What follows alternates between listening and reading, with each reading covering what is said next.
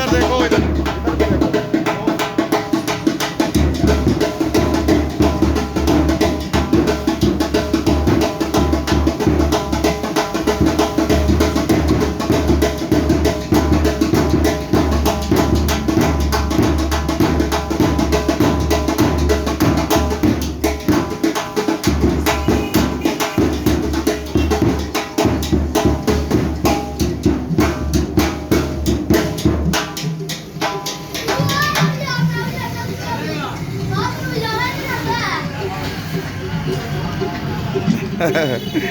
ये देखा आपने इस बच्चे ने कितना प्यारा ढोल बजाया।